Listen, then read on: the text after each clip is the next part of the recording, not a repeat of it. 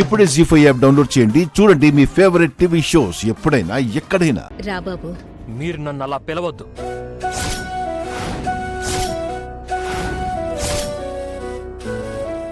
అదేంటి మామా? ఆవిడ మీద నాకు గౌరవం పోయింది సీత.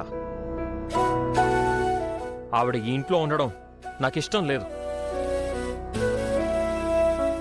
మా పిన్ని చెప్పిందని కాదనలేకపోయాను. అమ్మలాంటి వారిని అలా అంటావేంటి మామా? ఈవిడ ఏ రకంగా నాకు అమ్మ అవుతుంది? నన్ను కనిందా, పెంచిందా? మా అమ్మని మాకు దూరం చేసి మళ్ళీ ఏ మొహం పెట్టుకొని వచ్చారు? మళ్ళీ మా అమ్మని మాకు దూరం చేద్దామని వచ్చారా, లేక మమ్మల్ని కూడా చంపడానికి వచ్చారా?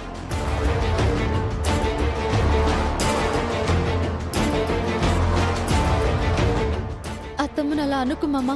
ఈ పిచ్చిది మిమ్మల్ని మా అమ్మ అనుకుంటుంది. తను నమ్మినా నేను నమ్మను. మిమ్మల్ని అమ్మ అని పిలవను. మా అమ్మని చంపిన నేరానికి మళ్ళీ మీరు జైలుకి వెళ్లాల్సిందే.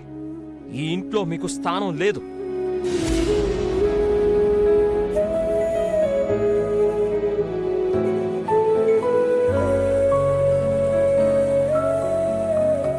నా కడుపున పుట్టిన కొడుకు నేను తన అమ్మను కాదు అంటున్నాడు.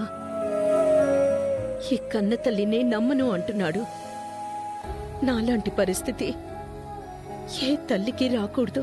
బాధపడకండి అత్తమ్మా. నిజం తెలియక రామ్మ అలా మాట్లాడుతున్నాడు. వాళ్ళ పిన్ని మాయలో పడి నిన్ను నమ్మట్లేదు. మహాలక్ష్మి నా ఇంటిని, నా భర్తని, పిల్లల్ని నాకు కాకుండా చేసింది. ఆ దేవుడు నా రూపాన్ని మార్చి నాకు మరింత అన్యాయం చేశాడు. ఏం జరిగినా అంతా మన మంచికే అనుకోండి అత్తమ్మా.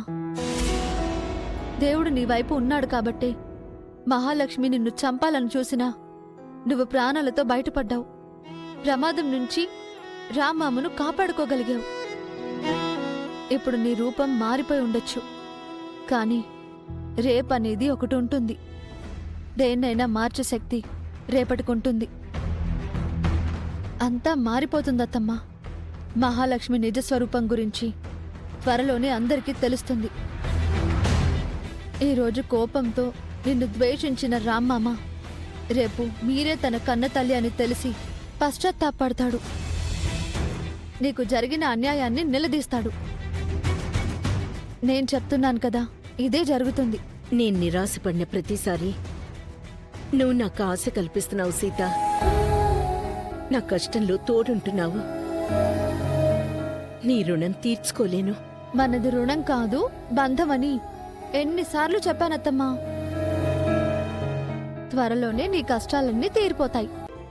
నువ్వు హ్యాపీగా ఉంటావత్తమ్మా. హ్యాపీగా కాదు, హ్యాపీగా. అదే హ్యాపీగా. జీ5 యాప్ డౌన్లోడ్ చేసి అన్ని ఎపిసోడ్స్ పూర్తి ఉచితంగా చూడండి.